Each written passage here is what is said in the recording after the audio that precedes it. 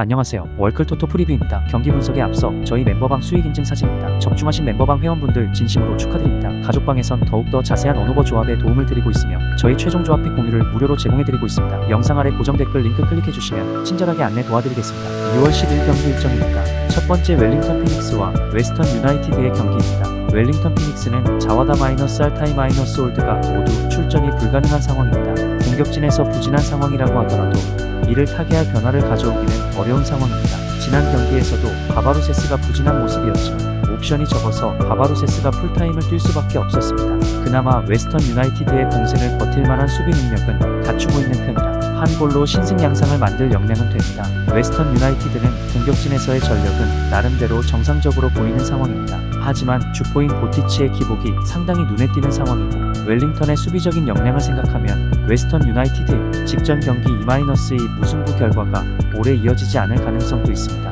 게다가 지난 경기에서도 오픈 플레이 실점은 없었었고 결국 데드볼 상황에서 2골을 허용하는 등 여전히 수비적으로는 믿기 어려운 면모가 강했습니다. 웰링턴의 공격 뎁스가 상당히 얇아진 상황이라는 점을 감안해야 하나 웨스턴 유나이티드의 밸런스가 실점 통제 능력을 신뢰하기는 어려운 상황입니다.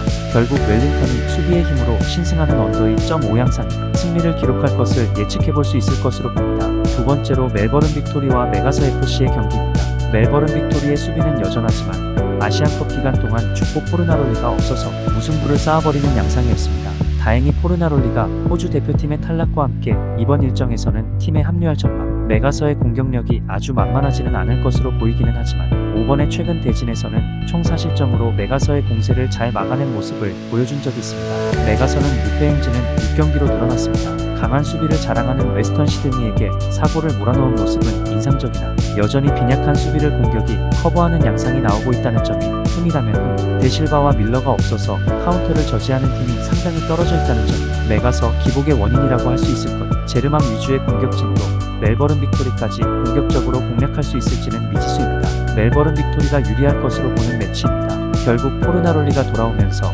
기존에 좋았던 수비와 조화를 이룰 수 있을 것으로 보는 상태. 메가서의 공격력도 좋은 편이기는 하지만 메가서가 멜버른 빅토리를 확실하게 공략하는 모습은 최근 오전에서 잘 보여주지 못했던 것은 사실이었습니다. 세 번째 브리즈번과 멜버른 시티의 경기입니다. 브리즈번 지난 경기에서는 웰링턴과 1-1로 무승부. 다만 웰링턴이 선제골을 넣은 상황에서 더 공격적으로 했다면 결과를 알기는 어려웠을 것입니다. 그만큼 내빌이 없는 상황에서의 수비는 기초적인 실수가 잦은 편이고 공격진도 투톱보다는 미드필더가 전개와 득점을 모두 책임져야 하는 구조. 일단 멜버른 시티와의 공격력에서는 차이가 크다고 봐야 합니다. 마지막 대결에서 8-1이라는 스코어가 나오면 멜버른 시티를 상대로는 다실점을 심심찮게 당하는 편이었습니다. 멜버른 시티는 높은 라인에 대한 리스크가 없지는 않은 팀. 다만 아슬란의 퇴장에도 불구하고 레키와 틸리오의 복귀 등 공격적인 전력의 양은 여전히 많다고 보는 것이 합당하다고 봅니다. 최근 오전에서도 4승 1무로 멜버른 시티가 압도적인 전적을 기록하고 있고 특히 4번의 승리에서 모두 다득점에 성공하는 등 브리즈번의 수비를 공략하는 것을 전혀 어려워하는 느낌은 아니었습니다.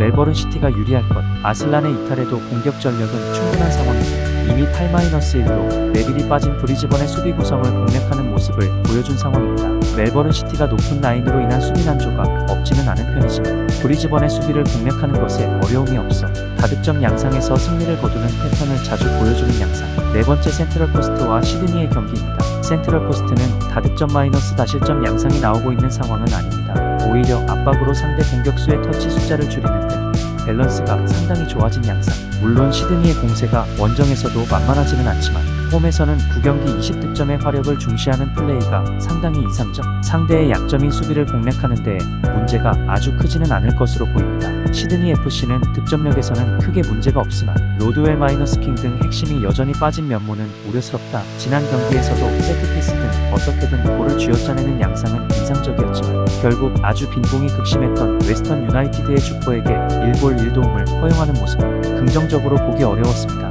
애초에 센트럴 코스트의 수비력이 상승세라서 장점인 화력도 100%의 힘을 발휘할 수 있을지는 알기 어렵습니다. 센트럴 코스트의 홈 강세와 화력, 그리고 최근 보여주고 있는 실점 커버 능력을 높게 칠 수는 있을 것으로 봅니다. 시드니의 공세도 나름대로 흠집 정도는 내줄 수 있는 상황으로 보이기는 하나 시드니의 문제는 빈공에 시달리던 웨스턴 유나이티드에게도 다실점을 내준 수비, 홈에서 화력이 매우 강세인 센트럴 코스트를 확실하게 막아세우기에는 부족할 듯합니다. 이상으로 추천 배팅 드립니다. 가족방 입장은 고정 댓글 확인하시고 문의 주시면 실시간으로 무료 조합 픽 받아보실 수 있으십니다. 오늘도 유익하셨다면 구독과 좋아요 부탁드립니다. 다음 분석 영상으로 또 뵙겠습니다. 시청해주셔서 감사합니다.